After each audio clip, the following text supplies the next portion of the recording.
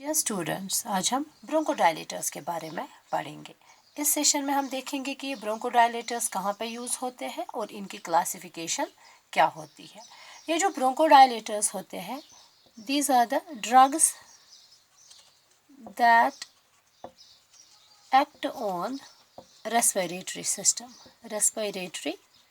System means ये हमारे respiratory system पे एक्ट करते हैं। हमारे जो लंग्स होते हैं, लंग्स में जो एयर पैसेजेस होती है, उनमें जो ब्रोंक्यूल्स होते हैं, उन्हीं पे ये एक्ट करते हैं। जैसे कि नाम से ही पता चलता है, these are the bronchodilators, मीन्स ये ब्रोंकस को डायलेट करते हैं।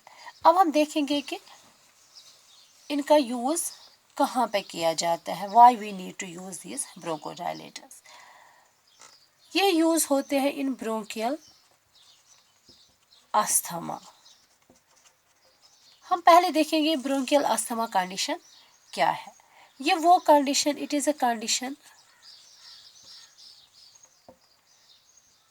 in which a person's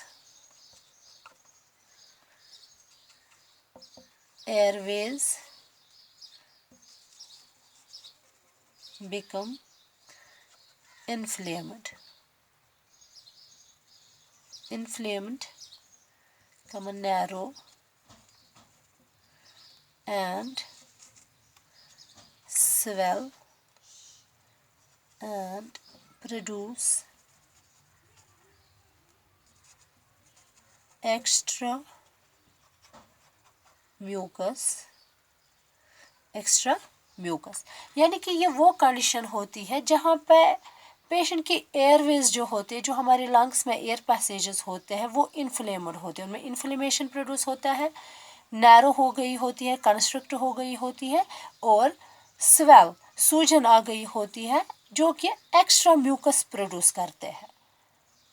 ये डिजीज कंडीशन है जिसमें एयरवेज इन्फ्लेम्ड हुई होती है, नैरो होती है, कंस्ट्रक्शन हुई होती है और सूजन हुई होती है, और जो कि एक्स्ट्रा म्यूकस प्रोड्यूस करते हैं। इन ब्रोंकियल अस्थमा के सिम्टम्स क्या है? There is an wheezing in the breathing. Wheeze क्या होता है? वीज इज द विस्लिंग साउंड। इसमें क्या होता है? विस्लिंग साउंड प्रोड्यूस होते हैं जब इंसान नॉर्मली ब्रीथ कर रहा होता है, जो कि हाई पिचड साउंड होता है। ये किस वजह से हाई पिचड साउंड होता है? It is because of the increased resistance to the flow of air। यानी कि इंक्रीज्ड रेजिस्टेंस होती है जब हमारा हवा ब्रोंक्यूल्स में जाता है, वहाँ पे उसको इंक्रीज्ड रेजिस्टेंस ऑफर होती है, जिसकी वजह से क्या होता है, किस वजह से रेजिस्टेंस होती है? बिकॉज ऑफ द ब्रोंकोस्पाज्म या म्यूकोसल कंजेशन हुई होती है, म्यूकोसल कंजेशन एंड एडिमा की वजह से। मीन्स ये हमारे एयर फ्लो को ज़्यादा रेजिस्टेंस ऑफर करते हैं because of the bronchospasm, mucosal congestion होती है और एडिमा होता है, जिसकी वजह से इंसान अच्छे से सांस नहीं ले पाता है। उस कंडीशन को आप बोलते हो ब्रोंकियल अस्थमा। ये जो ब्रोंकियल अस्थमा होता है, इसमें क्या होता है? ये जो हमारे ब्रोंकियल स्मूथ मसल्स होते हैं, ब्रोंकियल स्मूथ मसल्स, ये ज़्यादा ओवर रेस्पॉन्सिव होते हैं to the stimuli, like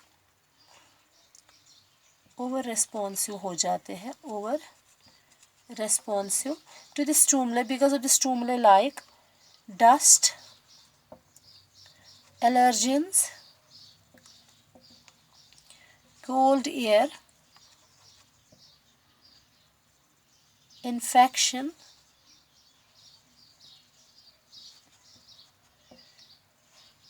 and drugs की वजह से।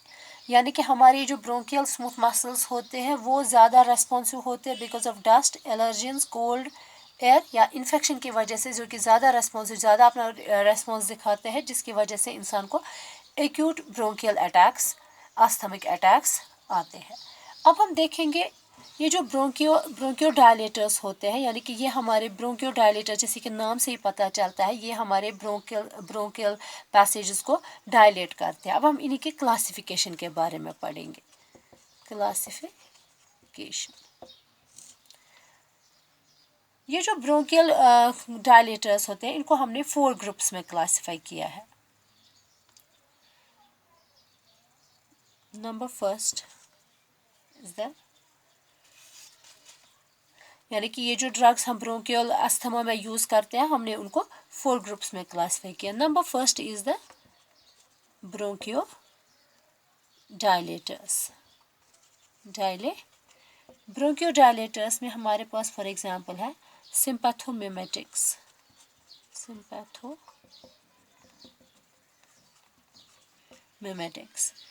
इसमें एग्जांपल हम लेंगे सॉल्ब्यूटामॉल,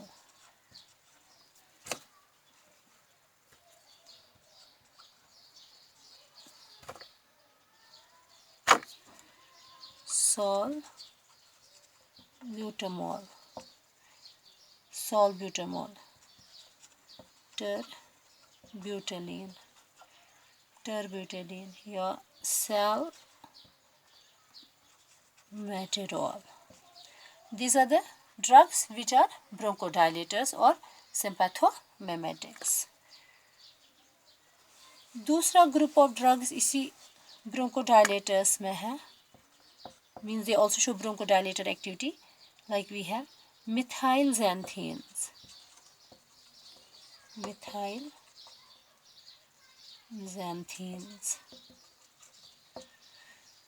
मिथाइलजैंथीन्स में एग्जाम्पल है हमारे पास थियोफाइलिन,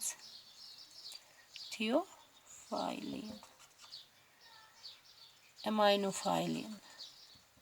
दूसरा ड्रग जो है उसको हम बोलते हैं एमाइनोफाइलिन।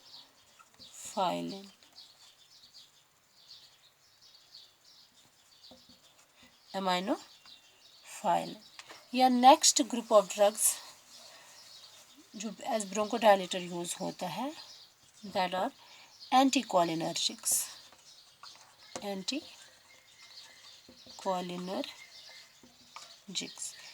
एंटीकोलिनर्जिक्स में एग्जाम्पल है हमारे पास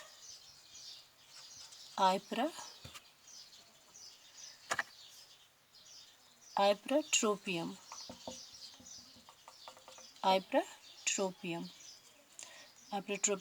bromide.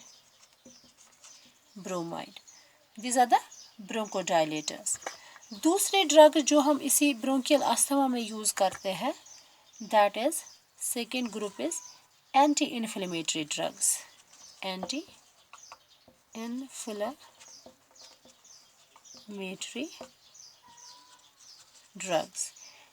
इन्फ्लेमेटरी एजेंट्स जो होते हैं, for example we have systemic,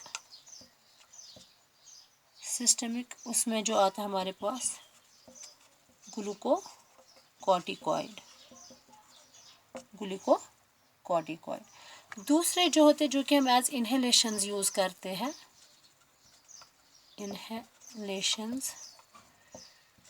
इनहेलेशंस में जो हम यूज करते हैं, लाइक वी हैव बेक्लामेथासोन,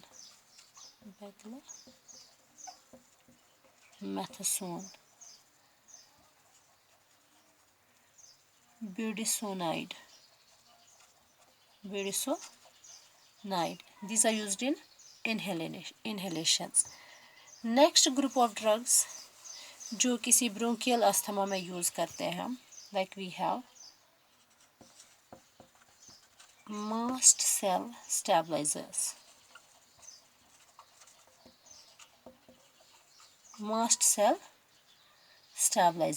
इसमें एग्जाम्पल है हमारे पास disodium cromoglycate,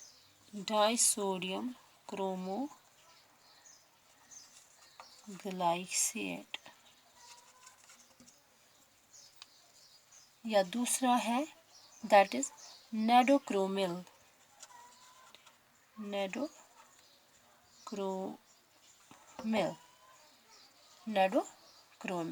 These are the drugs which we use as in case of bronchial asthma. For mechanism of action, we will continue in next session. Thank you.